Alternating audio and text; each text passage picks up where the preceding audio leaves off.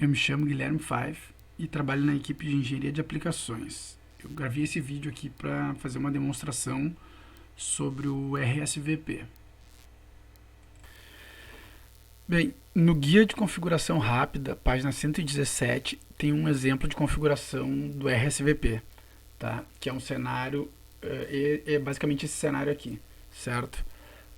A ideia desse vídeo aqui não é explicar pontualmente todas as configurações e como subir o RSVP, mas sim complementar o exemplo do guia de configuração para ficar mais claro a questão do Affinity Bit, tá? Então, antes de assistir o vídeo, é muito importante que você tenha lido o guia de configuração e olhado o exemplo disponível do RSVP, que é, como eu falei, é um cenário simples, mas bem completinho e simples de entender, tá? Então aqui, de forma resumida, eu peguei a topologia que está lá no guia, né? Bem no início do item do RSVP tem uma tabelinha que mostra como é que foram feitas as definições dos caminhos. Então ele definiu como o EXA1 os links de alta capacidade, EXA2 link de baixa capacidade e alta latência o EXA4, né? Então quando a gente fala de Affinity Bit, basicamente o que a gente tem que ter em mente? A configuração ela é em hexa, mas no planejamento do túnel, né, quando você pensa os caminhos que ele vai passar, você tem que sempre imaginar ele em bits, né? Então por isso que é muito importante ter uma tabelinha em mãos, tipo essa daqui, né? Eu fiz uma tabelinha no Excel sempre que eu estou planejando uma topologia, uma configuração, eu acabo utilizando isso aqui para me guiar, né? Porque quando está falando de 2, 3, 4, aqui fica simples de saber de cabeça, né, qual é o binário correspondente. Mas quando vai aqui para 1B, 2B, sei lá, 2E, já vai ficando um pouco mais difícil, né?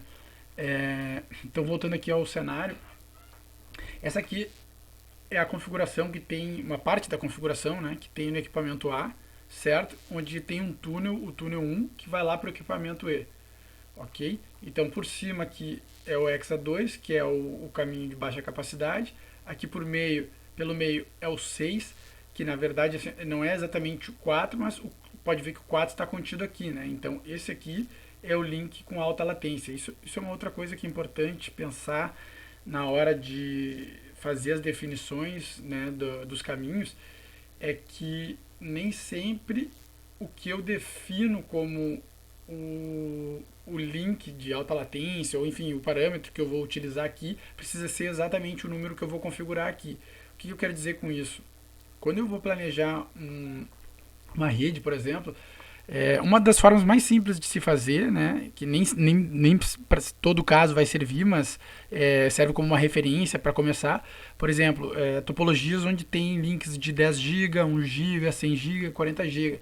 Né? Eu poderia criar uma outra coluna aqui e ir colocando aqui os nomes dessas definições. Então, por exemplo, eu poderia definir aqui que o 1 vai ser links de 1 GB, 2 para links de 10 GB, depois o 8. Estou pegando os que não repetem os bits, né, para facilitar. 8, 20 GB, depois 16 aqui, sei lá, 30, ou 32, enfim. Tem uma série de definições, tá?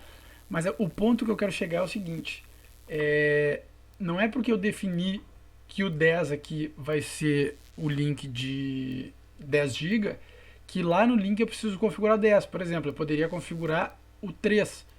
O 10 não, o 2, né? Porque a configuração vai em hexa. Eu posso configurar o 3.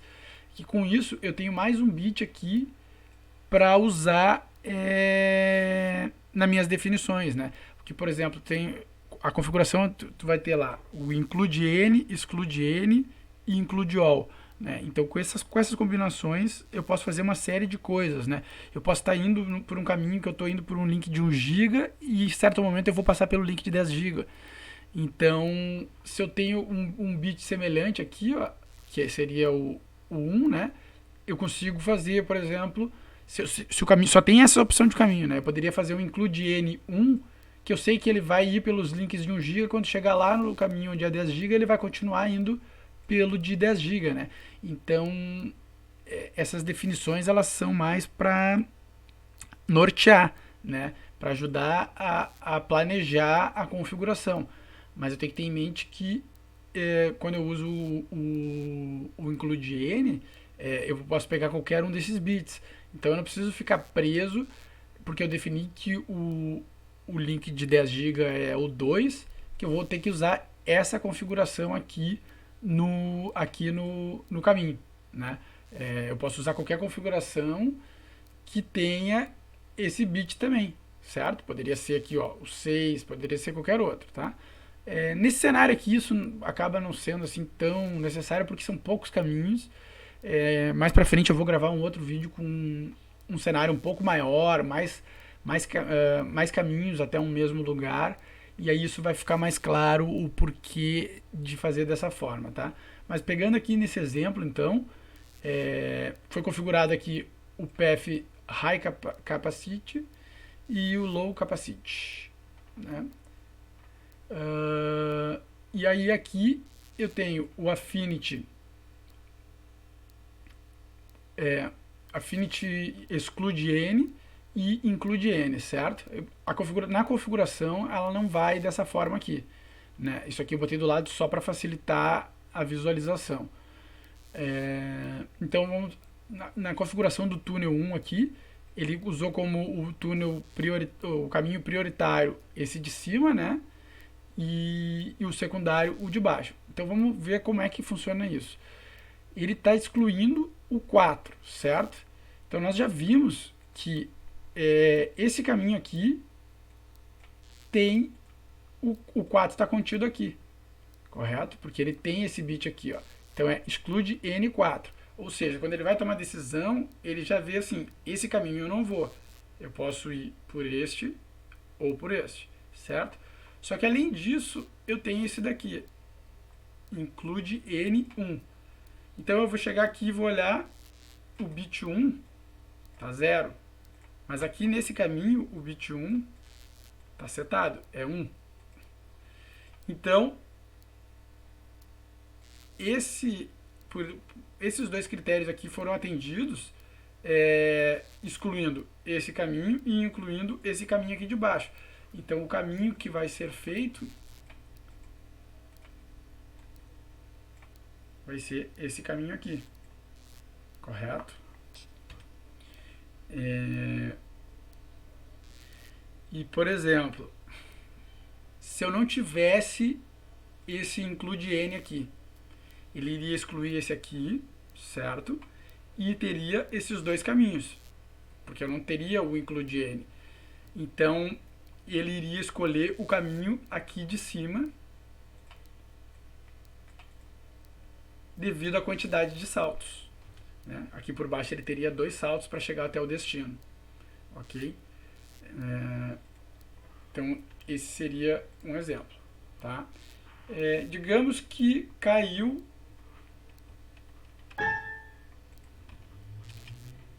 esse link aqui, ok? Então ele vai olhar, exclude N4, está excluindo esse daqui, include N1, não tem em nenhum lugar aqui, só sobrou esse caminho aqui. Porém, aqui nesse path não existe esse caminho aqui, ok? Então ele vai cair, né, esse caminho aqui e vai tentar esse próximo aqui. Quando chegar nesse próximo aqui, ele vai olhar. Aí vamos voltar aqui. Esse link aqui tá down, mas só pra gente deixar certinho. Cadê a cor aqui? Me perdi. Tá aqui em cima. Ele vai olhar aqui. Exclude N4. É a mesma coisa. Podia ter deixado aqui. Exclui esse aqui. Tá aqui a cor. Então é a mesma coisa que o anterior. Porém, embaixo inclui N2. Qualquer caminho que tenha o bit 2. Que vai ser aqui, né? Naturalmente aqui também. Então, esse caminho, esse PF2 aqui, vai assumir, e a partir de agora, o caminho que ele vai usar é esse caminho aqui. Ok? Então, basicamente é isso. ele vai olhando os bits. Só claro, esse aqui é um cenário simples, né? Eu poderia ter um caso onde aqui eu vou ter um outro caminho, enfim. Então, o que se faz nesses casos, né? Na configuração aqui do path, né? Do include. Quando eu vou ter mais de um bit que eu tenho que passar pelo caminho, eu tenho que somar, né? Então eu vou ver aqui, digamos que eu vou passar, eu sei que eu vou ter caminhos onde eu vou passar pelo 1 e passar pelo 2. Aí eu vou lá na tabelinha, seria o 3. Então eu usaria aqui, include N3. Né? Se eu botasse aqui include N3, ele poderia ir tanto por esse caminho quanto por esse caminho aqui. Se esse aqui não tivesse down, né? Porque ele iria olhar o bit, no momento que eu botei include N, ele vai olhar, tem o bit 1, tem aqui. Mas também ele vai olhar, tem o bit 2, aqui não tem, mas aqui tem, certo? Então ele poderia ir por qualquer um dos caminhos. Como esse caminho aqui tem um salto a menos, provavelmente ele iria para esse caminho aqui. Se caísse algum desses links de cima, ele usaria o caminho de baixo. Né? Então a forma de configurar o túnel considerando vários bits é setando eles, né? E vendo o hexa equivalente aos bits setados. E esse hexa é o hexa que vai ser configurado aqui no path como um include n ou exclude n, né? Aqui não tem nenhum exemplo com include all, mas se eu tivesse include all, ele chegaria aqui e todos os bits que estão setados aqui teriam que dar match com a configuração daqui, tá? Basicamente seria isso, para esse exemplo aqui, né? Mais para frente a gente vai fazer um outro vídeo aí, um pouquinho mais completo, com planejamento de uma topologia mais complexa, para mostrar como é que isso aí é feito, tá bom? Valeu!